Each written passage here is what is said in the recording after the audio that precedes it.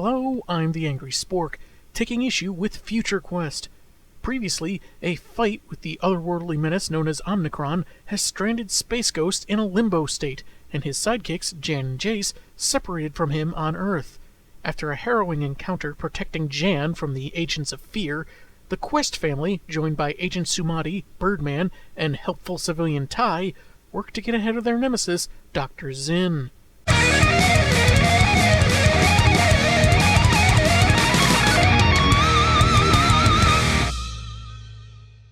The cover looks pretty cool, having a painted look to it, as Birdman's light shield is shooting beams all over the place, with the Herculoids just watching. I guess they celebrate 4th of July differently. There's an alternate cover with his faithful feathery sidekick nuzzling his forehead. It looks all nice and sweet now, but Avenger's really just softening Ray up before he sees what he did to Ray's car that he just had washed. We begin with a title/splash page of our solar-powered hero flying toward a starburst or something. In the deadly distance. Turns out it's 23.654 centimeters. Who knew? Also, the caption below makes it clear this issue involves events before those of the main story, because that won't affect the flow or anything, right? Anyway, we begin in the dormant volcano Mount Avia, secret lair to Ray Randall. He thinks he's had an epiphany while exercising, concerning his study of a scroll he found in the Temple of Ra, but he may need to visit Egypt again to discover how he got his powers. He gets a call from Falcon 7, figuring some new threat has arisen. I wonder if Mentalk has surfaced again. Alright, maybe later. In case the call gets intercepted, he transforms before he answers, so his secret identity remains protected. Hey, a superhero that isn't stupid with his alter ego. I almost forgot what that was like. When connected to Falcon 7, who's the head of Internation Security, he informs him that the organization is at risk of infiltration, so is only sending B-Man coordinates for where he needs to go. Once there, he'll be briefed by an agent Falcon is certain isn't compromised, Deva Sumati. He takes off, leaving Avenger behind for whatever reason, and it's kind of funny that the bird looks legitimately irritated by this. He arrives in southwest Utah, met with the barrel of Deva's odd-looking gun. It's like a funky Uzi with a large scope on top. Also, this jumpsuit of hers with a partially exposed back is quite the change from the casual wear we saw in the first 2 issues. She's apparently on edge, since the terror cult Fear has recently upped their game by hiring Dr. Zinn. They need to head down into the canyon via a narrow pass, so she suggests Birdman dematerialize his hard light wings. His wings are made of light? Is Birdman a crystal gem? Nerd! They eventually find a squad of Fear goons who've been waiting for a vortex to open so they can collect samples. But what comes through is some kind of golden goo creature that begins absorbing them into itself. Note their dialogue changing into some alien language. And it can't be a great first-hand experience because one guy begs to be shot. Yeesh. Being the noble sort and feeling this is too harsh even for the enemy, Birdman rescues the last goon left, who immediately surrenders to Internation. He switched sides just as quickly when someone called asking if he was happy with his internet provider. Birdman leaves the guy on higher ground to assist Sumati, who's taking on the blob by herself. It begins speaking, some English cut in, indicating this is Omnicron. Before she gets taken as well, Birdman swoops in with a shield, but it won't hold long, since there isn't much solar energy in a dank canyon. Deva throws a device emitting green mist that explodes and takes out the side of the mountain. At least, that's what Ray says, but it's not very well represented beyond the smoke. You created a giant hole in the mountain. That surely won't have caused any structural damage. After all, we can't see, so it can't have any downsides, right? I think a different angle would have worked better here, but anyway, some sunlight is let in, charging Birdman up. He lifts Sumati to safe heights, tells her to get to cover, then monologues vaguely about some ancients that harness the greatest power source there is. Ra, make me your conduit, the power that gives the whole world life. Bagel bites. Birdman blasts Omnicron as its grasp of English improves, promising more of itself will arrive, it never dies, and all will be part of it before the portal closes. Dude, Just accept that nobody wants in on your Riverdale viewing party and move on. The entity is gone for now, but Internation will monitor the area in case more vortices appear.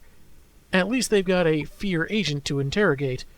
Not sure why he's suddenly upside down in this panel, 'cause it looks like B-Man is just punching him in the breadbasket. Somebody gets a message from Benton Quest for Falcon 7, and this sets up their arrival in the Florida Keys in Issue 1, amazingly without jet lag. The other half of the issue is about the Herculoids, with a rundown on the creatures, Tundro, Zoc, Gleep, Gloop, and Egu, the latter of whom is being attacked by robots while his human companions help him out. Once they've all been smashed, the kid, Dorno, is having trouble figuring out why mining robots would drill into a creature that's mostly rock. Homeschooling doesn't work for everyone, people. Xandor thinks this is a good opportunity for story time over a campfire dinner. Turns out the humans aren't from Amzot, they're from the sister planet Quasar, which means someone missed this goof when Egu was being attacked that very much indicated they were on Quasar. But moving on. It was a technologically advanced planet where machines handled all the labor so the people could pursue whatever they wanted. The biggest complaint, apparently, was that robots needed so much instruction.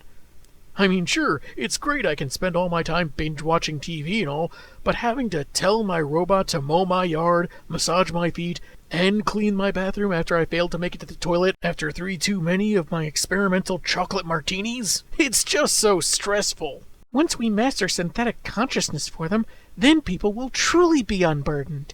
All that self-awareness will go great with the massive weapons we've made for the droids we have battle in horrific gladiator matches. I hear the new contenders have acid sprayers and plasma cannons.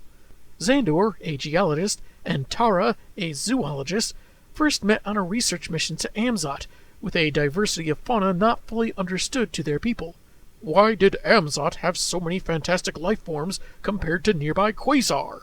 It's like it's a different planet or something. Difference is discovered to be a living material called orgonite, and Xandor brought samples back that would be used to create humanoid-type brains for the robots. And eventually things got all zappy.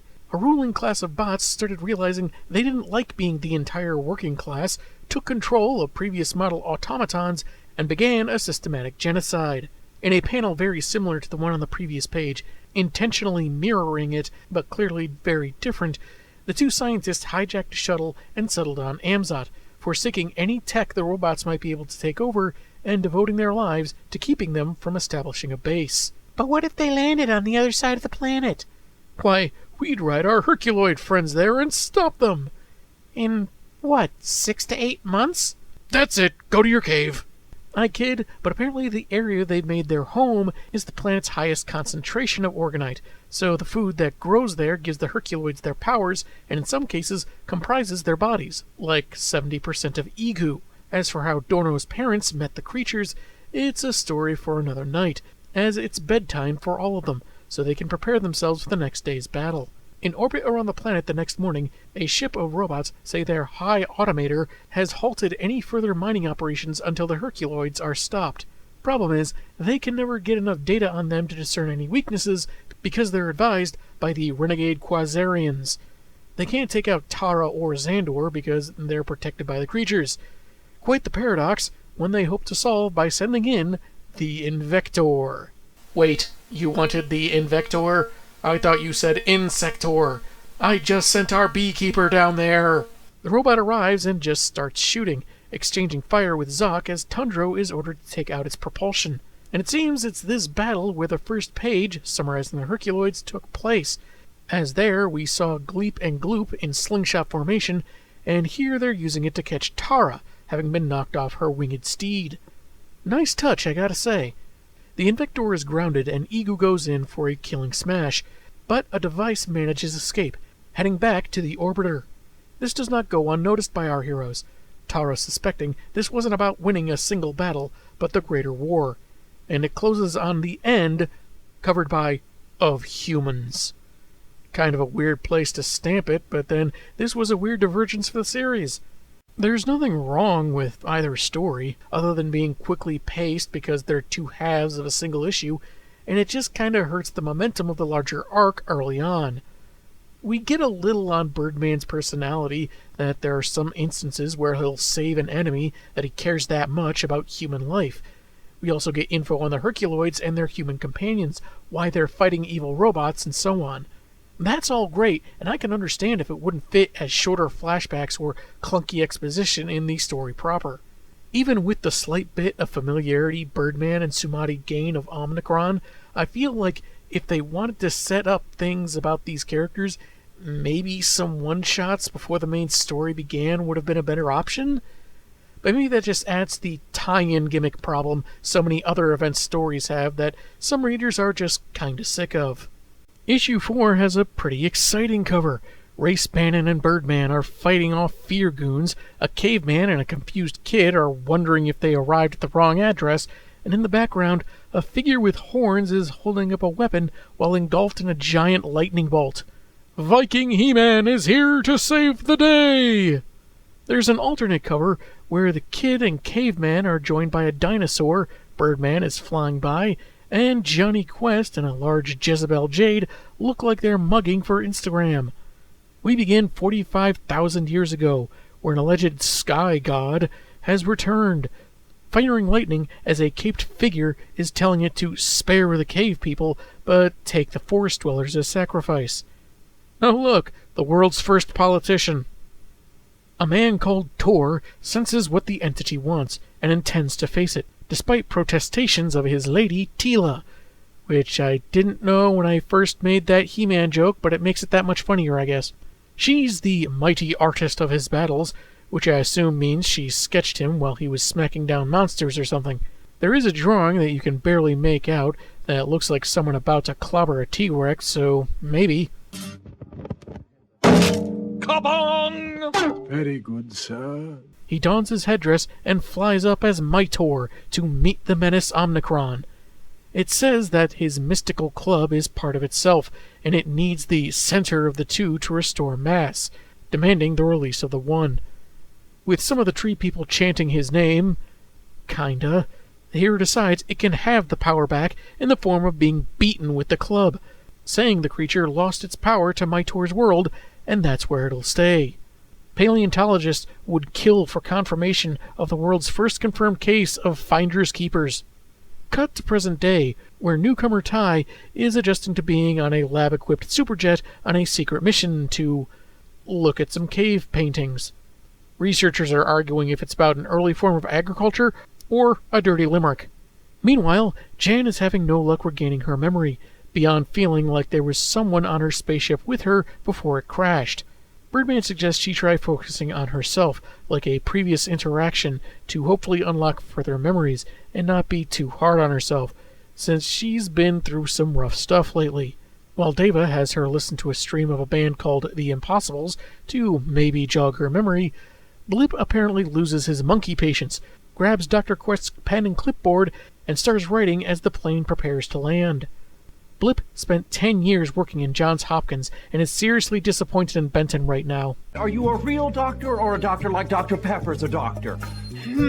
They hit some turbulence when an image appears of Space Ghost and Zoc attacking Omnicron, and on the ground, two parents disappear in a ball of light, leaving their son Todd behind. Mom! Dad! Does this mean I don't have a bedtime anymore? He starts running through the forest looking for them, but instead encounters an Allosaurus. Hey, I didn't know Hanna-Barbera created Jurassic Park too.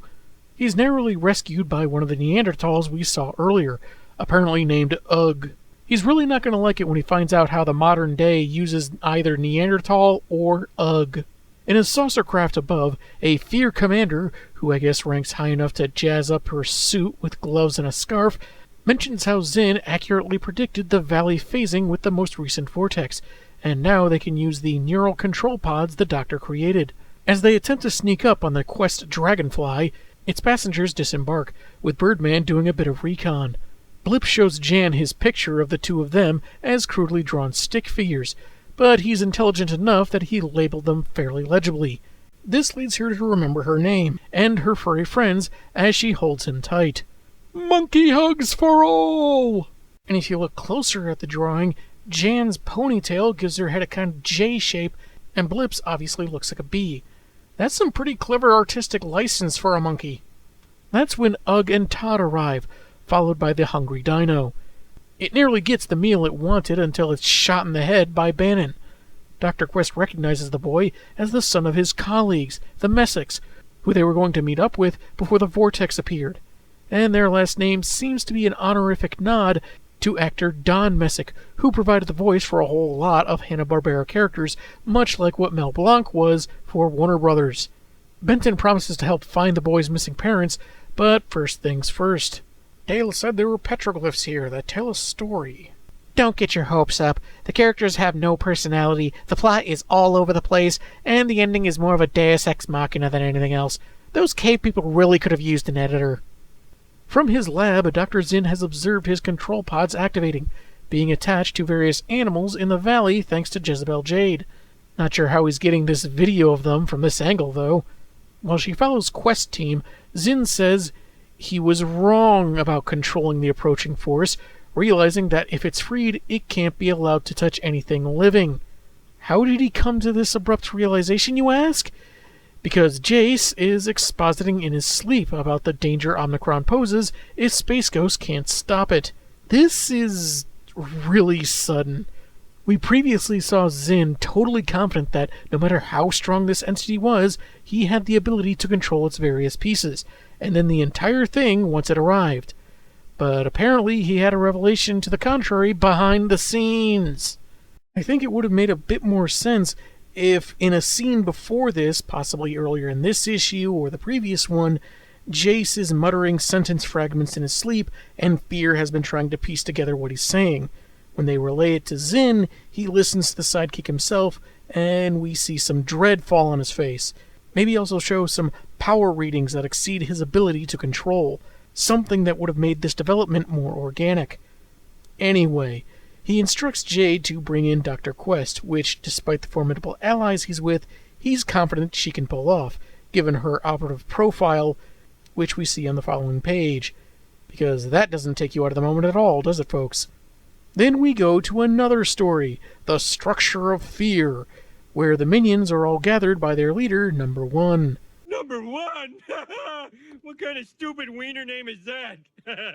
The Vortex project is nearing a critical stage, and he wants designated teams ready to move out, still under the order of the brilliant Dr. Zinn, whose command should be taken as if they were the head honchos, while the latter is in seclusion. I am never to be disturbed. Frankly, running a terror cult looking to take over the world is really tiring, and I need some me time. If you think things are bad now, just catch me when I haven't gotten my dose of true detective. One goon tells another that there's something amiss about their boss, not sounding like before, using different wording, and he's accused of dissent by an eavesdropper. He's hit with some goop over his face to keep him quiet, and is lifted away by a mechanical arm, as Number 1 says that their work is so stressful it can cause delusions and erratic behavior. So does this mean you're open to unionizing? Because I hear... I'm okay. So to restore mental fitness, he's placing the goon in a conditioning chamber, a giant eyeball thing that's probably just going to brainwash him, and the others should get back to work. Fear for fear! Fear for fear! Man, they were so confused when they went to that Tears for Fears concert. 1Z enters Zinn's lab, where it's revealed he has a controller attached to them, which the doctor confirms is still in working order. Hello, my name is Number 1. And so forth. In hindsight, Zinn realizes he should have been trying to close the vortexes instead of strengthening them, however he was doing that, based on Jace's warnings of more advanced planets succumbing to Omnicron's appetite. Though he's reminded of a colleague of his and Dr. Quest's, who just so happened to be working on a project that could be of use. One Dr. Linda Kim-Conroy, as shown on the monitor. Naturally, we get a flashback narrated by Agent Sumati's case file, wherein she visited Linda, a roboticist, while she was working on a Project Gargantuan. When Deva mentions she didn't encounter any guards that should be stationed outside, we jump to a pair of men in black suits taking a restrained kid to a helicopter. Gotta say, so far, I'm really not on board with this Men in Black remake. This is Buzz, Linda's son and last living family, and the best bargaining chip to force her to work with unsavory characters, since her work is so complex, she'd need to explain it to them. She also writes instructions for IKEA furniture on the side. However, the chopper doesn't get far, as the press of a ring on Buzz's finger summons the mechanical behemoth, Frankenstein Jr., who tears off the aircraft's tail. Frankenstein Jr., he'll save your life or kill you in the attempt. Or, if you want to be pedantic, Frankenstein's Monster Jr. Flashback within a flashback, flashbackception, because narration harkens back to the Zarathustra Project, which involved Dr. Quest and his wife Ellen, Linda and her husband Ted, and Archimedes Zinn, all together on the army base, including Buzz and Johnny. Their work was supposed to end warfare altogether, which may have been the motive behind sabotage that destroyed the lab, resulting in the deaths of Ellen Quest and Ted Conroy. It was later discovered Zinn was in contact with foreign spies, and though he denied having any hand in the explosion, he still feared arrest and fled. I'll prove how innocent I am, but first, look how fast I can run. Linda took a break from work to help her son deal with the loss of his father, which seemed to include making things he'd draw, and one day he drew a robot he called Frankenstein Jr. This ended up beneficial for the both of them, including leading Linda back into the work of artificial intelligence. Just look at her put that bundle of wires in the machine's head. That's the brain? Yes, dear. Even a ball of mismatched wires can become a functional neural net so long as you shape it in the form of a human brain. AI work is so easy! Frankie wasn't just a big metal babysitter, but someone that Buzz would take out to help people in need. A guardian that just needed a charge now and then. I'm Superman. Returning to the initial flashback, Sumati lends a hand, rather a boot, to one kidnapper's head, while the other stuns Frankie with an EMP device, though the agent immediately knocks him out as well. Buzz is devastated by the loss of his friend, but his mom assures him that Frankie's neural net was well protected and he can be rebuilt good as new. The issue ends with Deva recommending that Internation provide security to the Conroys. It might spread their resources a bit thin, but the family may well be able to eventually return the favor. Someone's really itching for a giant robot werewolf, isn't she? That's 2 more issues down, and like I said before, they kinda hurt the pacing this time. I'm not sure why they planned it like this, maybe because they thought it was the best way to build tension for the main story while acclimating readers to the characters they're going to utilize. But I just don't know if that was quite the way to go so far. It kinda has the faint vibe of filler, but enough story-related elements that feel core to what's going on, though much of what was reviewed today took place before the main adventure begins. Sure, stories can be non-linear, but this feels more constructed like they had the main arc and stuff they wanted or had to include, but needed to fit it in early to make more sense later. At least it's not boring and still very entertaining. However, we're only a third of the way through, so the mild confusion may pay off for the better later on, and future issues may be more concise.